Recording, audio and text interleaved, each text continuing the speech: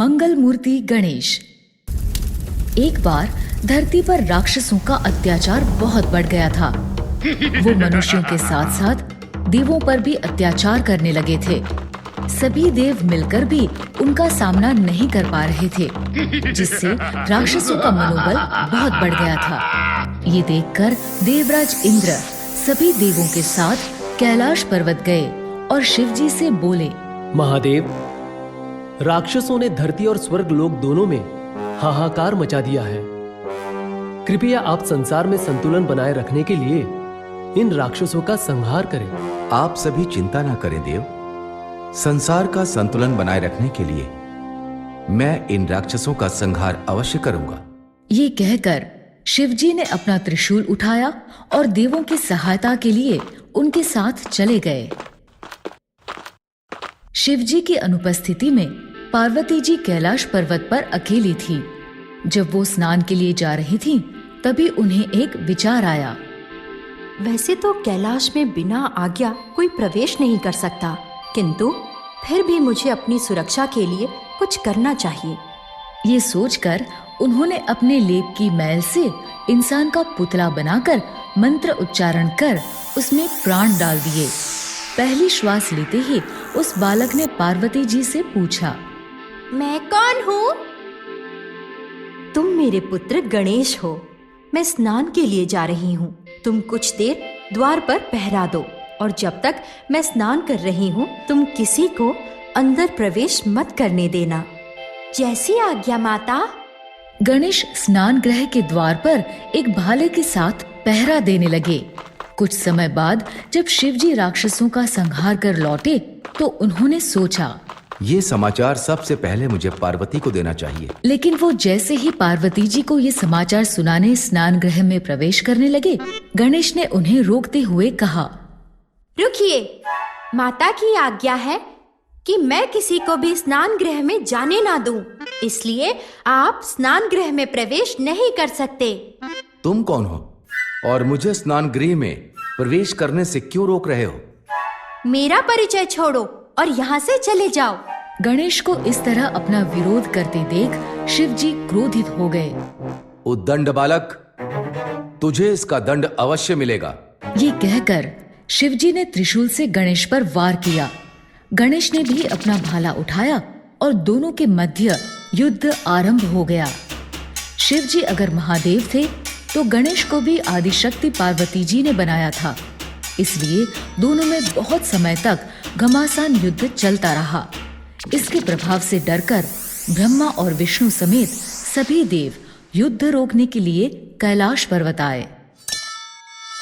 महादेव, ये युद्ध रोक दीजिए। पुत्र गणेश, तुम महादेव से अपने अपराध के लिए क्षमा मांग लो और इस संघर्ष को विराम दो। क्षमा मुझे नहीं, क्षमा इन्हें मांगनी चाहिए जो माता की आज्ञा सुनकर भी स्नान गृह में प्रवेश करना चाह रहे हैं। यदि ये क्षमा मांग ले तो मैं युद्ध को विराम लगा दूंगा। ये सुनकर शिव जी अत्यधिक क्रोधित हो गए। ब्रह्मा जी ने चिंतित स्वर में गणेश से कहा, अपनी गलती मान लो बालक, नहीं तो महादेव के क्रोध से तुम्हें कोई नहीं बचा सकेगा। मुझे अपनी रक्षा की नहीं, अपितु अपने कर्तव्य पालन की चिंता है। रहने दीजिए ब्रह्मदेव, मुझे इस दुष्ट बालक को दंडित करना ही होगा।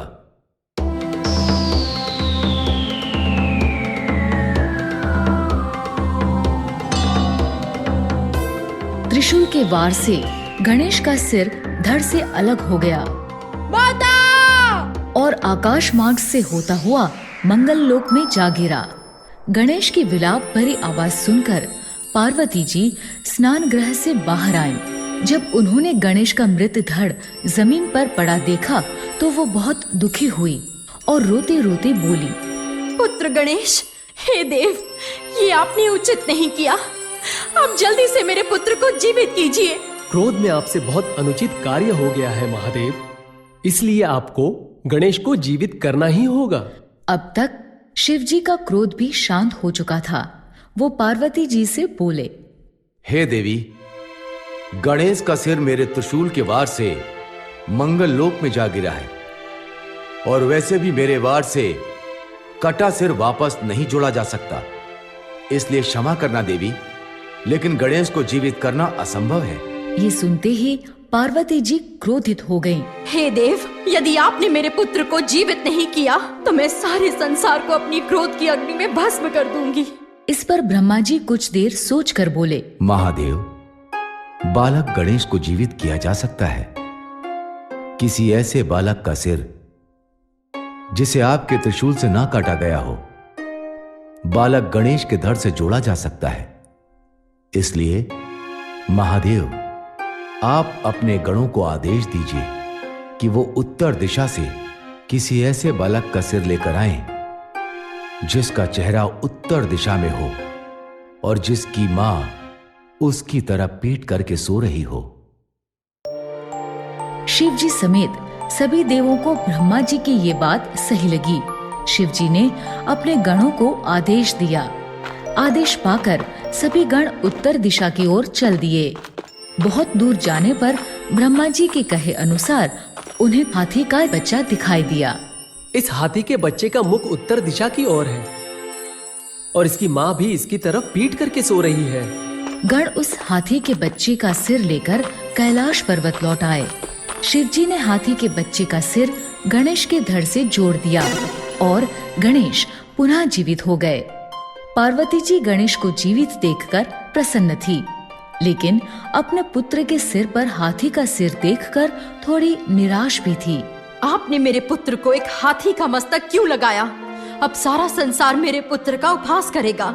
इस पर शिव जी ने गणेश को वरदान देते हुए कहा, आज से कुछ भी शुभ कार्य आरंभ होने से पहले गणेश की पूजा की जाएगी और गणेश को मंगल मूर्ति के नाम से जाना जाएगा। ये सुनकर पार्वती जी बहुत प्रसन्न हुई।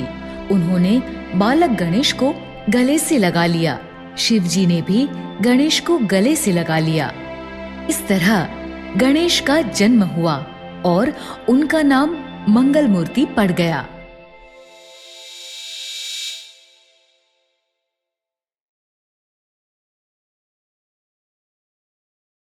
अगर आपको हमारी वीडियोस पसंद आ रहे हैं तो इन्हें लाइक करें, कमेंट करें और सब्सक्राइब करें